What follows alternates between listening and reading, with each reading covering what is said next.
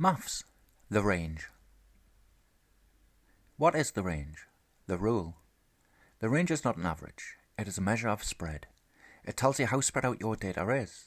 The smaller range means the data is tightly grouped together, making it more consistent and reliable.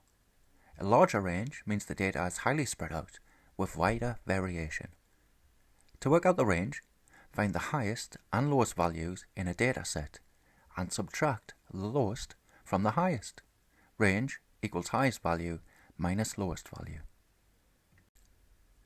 How to calculate the range, step by step. Number 1. Order your data, optional but recommended. It helps to list your numbers from smallest to largest, so you can easily spot the extremes. Number 2. Find the extremes. Identify the highest number and the lowest number. Point 3. Subtract. Calculate the highest minus the lowest. The result is your range. How to calculate the range. Example 1. The data set we have: number 4, number 12, number 7, number 2, number 9. First step, let's put them in order. 2, 4, 7, 9, 12. Point 2. The highest value is 12. Point 3. The lowest value is 2. Point 4. Let's calculate this. 12 minus 2 equals 10.